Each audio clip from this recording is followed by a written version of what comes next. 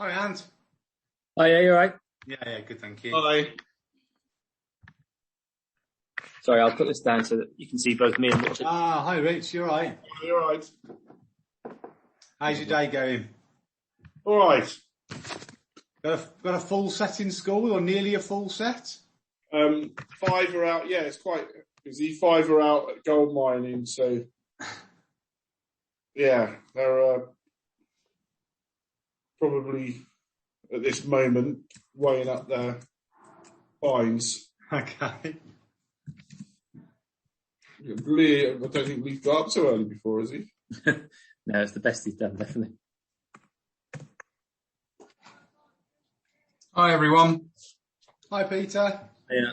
Hello. Can you hear me okay? Yeah. I did a Zoom meeting earlier on today and somebody said, have you been sniffing helium?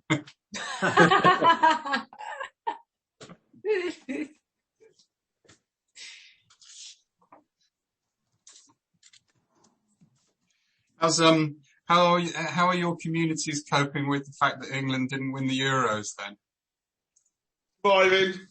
I'll keep quiet about ours. It's disappointing, isn't it? Very disappointing. Yeah. Well, it's a good job. There are reflective spaces for those that need. Hi, Shell. Hi. Now. Yeah. Is this everyone now then? Yeah. Brilliant. Yeah. So thanks all for coming. I think this is being recorded. Yeah. And that recording, I think you'll be able to give me kind of limited access to it, Kevin, is that right? So I won't have a physical copy of it or a copy on my hard drive. I mean, to be honest, if you like, what I can do is I'm using a transcription thing for my uni work. Okay. I can send the audio recording away and get it transcribed and send you a Word doc if that's... That would be really helpful. Yeah. Yeah, I'll organise it. I'll have it by the end of next week, I think. Oh, that's really helpful. Thanks, Kevin. So no more conversations about England because I don't want to see that in writing. Okay, well, thanks all for making yourselves available. I don't know whether you all had a chance to look at the second iteration of the questions. There was some really helpful feedback that came from you guys. And so I think what we'll do is use those questions today, and then we can touch on whether they need any more tweaking for the next kind of round of focus groups. Because it doesn't matter if they change a little bit along the way, because it's really just about being able to get a narrative. So I don't know whether we just kind of dive straight in. The first question is describing the planning process of developing and opening NANT.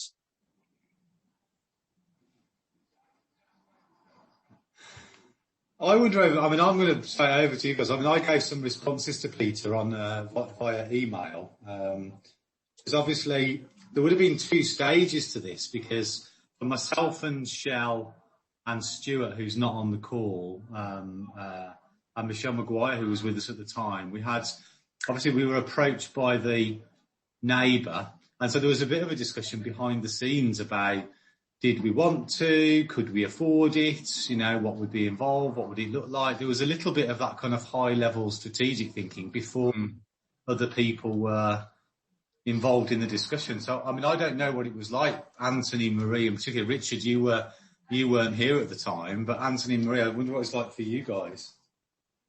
I don't know if you remember, but prior to that, there was other people interested in buying it who were coming here asking to buy tracts of our land, basically buying half the car park to have a gardening plot or something.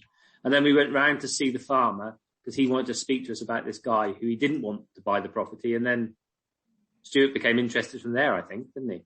I think from us, there were different phases, weren't there? So there was the phase where I guess that people were talking about it. And then there was the phase where the building work was happening, which was, I suppose, we were planning alongside that, but very loosely, because it always seemed to be quite a way away, even though we knew it wasn't very far away. And then, because I think we were hoping to get people in for around Christmas or just before the New Year or somewhere around that period. And then for lots of different reasons, that got put back, didn't it? And put back, and then there was the situation with the fire legs and the showers coming down from the ceiling, whatever, which put it back a bit further. So I think there was the physical aspect of the planning, which was not really us lot, and then there was the sort of more day-to-day, boys going across, Shell sort of sorting the entire house, getting it all looking beautiful, etc., and that bit.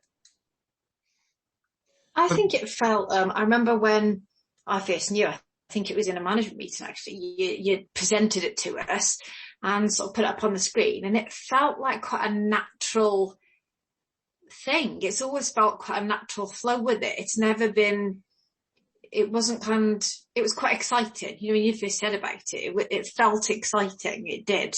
It didn't feel like a shock, as if to think, oh my God, we're sort of growing, we're going to grow too quick, or we're going to expand. It didn't feel like that. It kind of felt like it was almost meant to happen. It was quite strange. It was like when you said about it and it was next door, it was like the perfect opportunity.